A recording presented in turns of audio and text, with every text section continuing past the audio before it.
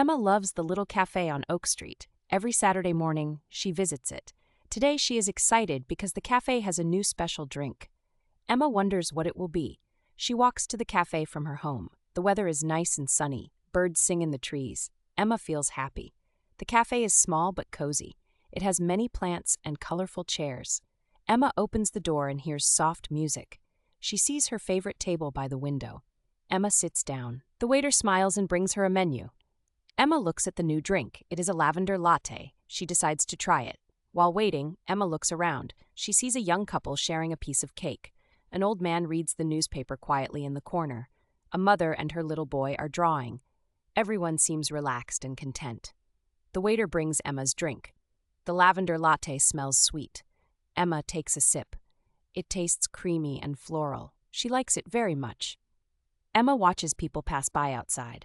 She sees familiar faces. Mr. Brown from the grocery store walks past. He waves at Emma. She smiles and waves back. Emma feels part of the community. She takes out her notebook to write. Emma likes to write stories.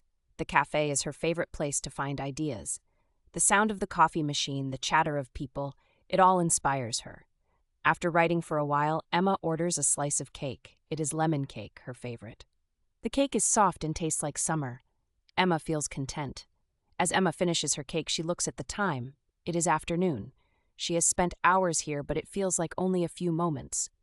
She packs her notebook and pays the bill. Emma thanks the waiter and says goodbye to the cafe. Outside, the sun is still shining. Emma walks back home slowly, enjoying the peaceful day. She feels grateful for simple pleasures like a good coffee, a tasty cake, and a cozy place to visit.